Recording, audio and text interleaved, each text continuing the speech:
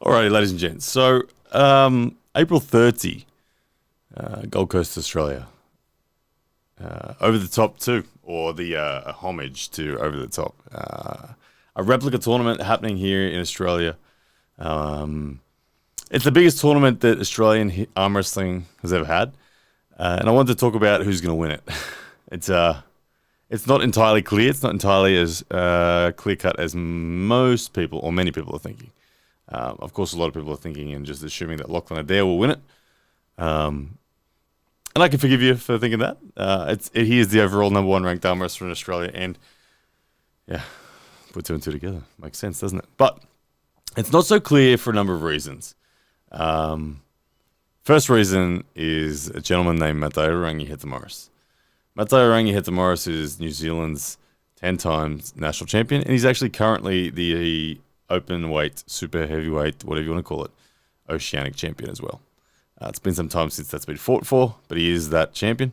And he did beat Lachlan Adair in a super match 4 years ago. But obviously, a lot's evolved for Lachlan since then. The other reason is there are internationals invited. I know I've heard of Ryan Espy express interest in coming to this tournament. I know I've heard Chan Shaw express interest in coming to the tournament. I know I've heard Larry Wheels express interest in coming to the tournament. So I can't be certain who's coming, who's not. I know the Australian Arm Wrestling Federation have invited a lot of people. As I said, this is the biggest prize in Australian arm wrestling history. $25,000 total from their major sponsor, Panduit, I think it is. $10,000 of which goes to the winner of the right arm overall division. It's really reflecting that of what happened in the original Over the Top. It was 1987 that John won. Forgive me if the date's wrong. I think it was 1987. Where John won the B-double, the truck. Obviously, $10,000 isn't quite equivalent to that, but it's still a pretty significant deal for an arm wrestler in Australia to win such an amount. So, Lachlan Adair's the favourite, for sure. Mateo Rangi, he's a big dude. And the reason it's not so clear-cut, even if it's one of those guys who wins, is because it's going to be one of the deepest draws we've ever seen in Australia, in the Oceanic region. To name some other names that could be in there, that I'm pretty convinced will be. Ben Carroll is in question. I don't know whether he's coming or not. I can't confirm or deny. But Ben Carroll, it's a very possible that he turns up. Western Australia's Ben Carroll, the gentleman who finished 5th at the Zloty Tour in the super heavyweight division of 2019. Ryan Scott.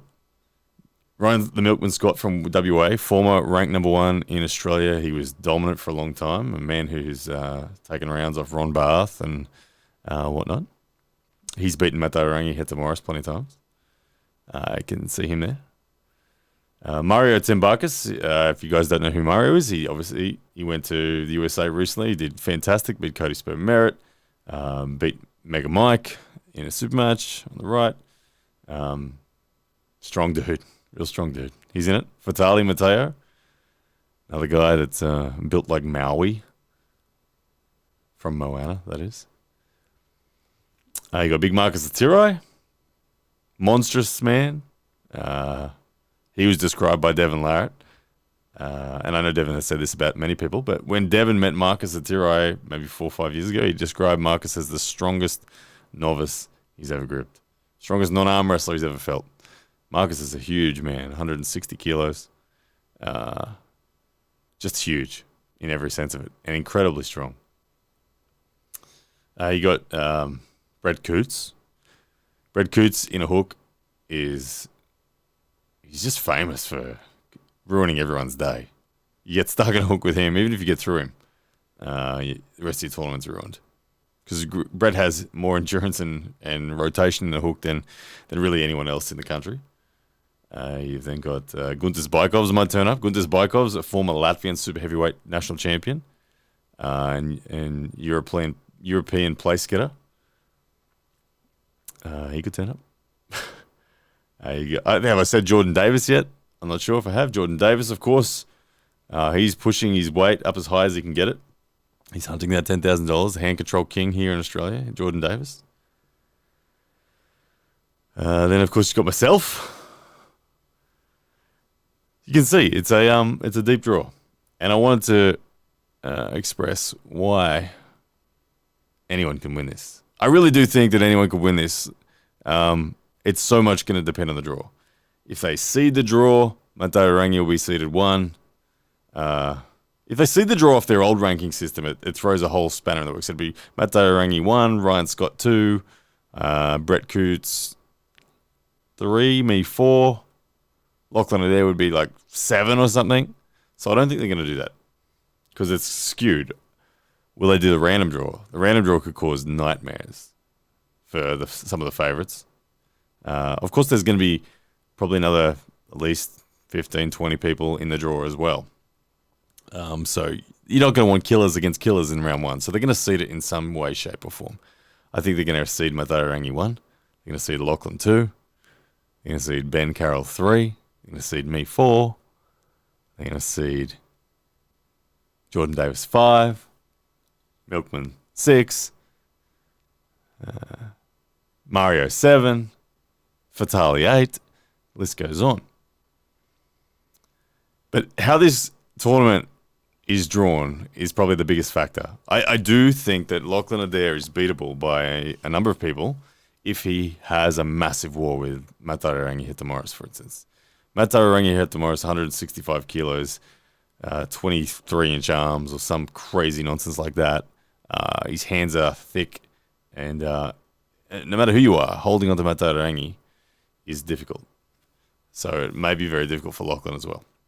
If that is the case, Lachlan's hand being tested by Mateo Rangi, if someone's fortunate enough to get him the next round when they've had flash pins to get to there, then anything's possible. Tournament setting, it's been a long time since we've had a quality tournament in Australia. It's been a real long time. Last one was 2019, early February 2019, the Arnold's Classic. And that's where Mateo Rangi took that Oceanic title. But anyway, it is all happening. I'm looking forward to it. Like I said, I will actually compete in my weight division. I'm going to compete in under 90 kilos first of all. I believe I can win that one and pick up some cash. I think it's $500 for first place in that. So I'll pick up the $500 first place in the 90 kilos, and I'll somewhat see that as a warm-up to the overalls. I won't save myself purely for the overalls. I'd like to win my weight category as well.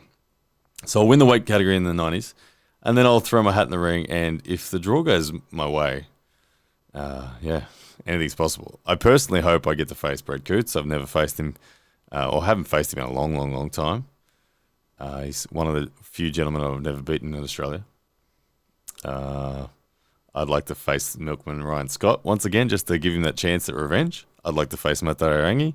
I'd even like to face Jordan Davis, just to show where I'm at on all these rankings lists and whatnot. But most of all, that 10,000, it's there. It's Lachlan's to lose. It's Mateo Rangi's to lose. I think they're the two favourites. They deserve to be. But man, I'm excited. So I do believe if you want to watch it, I think there will be a live stream. I think the Australian Arm Wrestling Federation will do that. There'll be plenty of coverage from it. Jake Ward, the Aussie Arm Wrestler, will be there. I'll be there. If there's internationals turn up, even better. We'll definitely cover it. We'll definitely be live, behind the scenes, all that sort of stuff.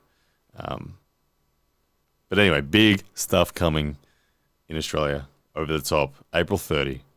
It's only 3 and a bit weeks away. All right, guys, let me know who you think's going to win. Who's your money on? Is it Lachlan's Day Easy? Or will the Beast or someone else take home that juicy $10,000 prize?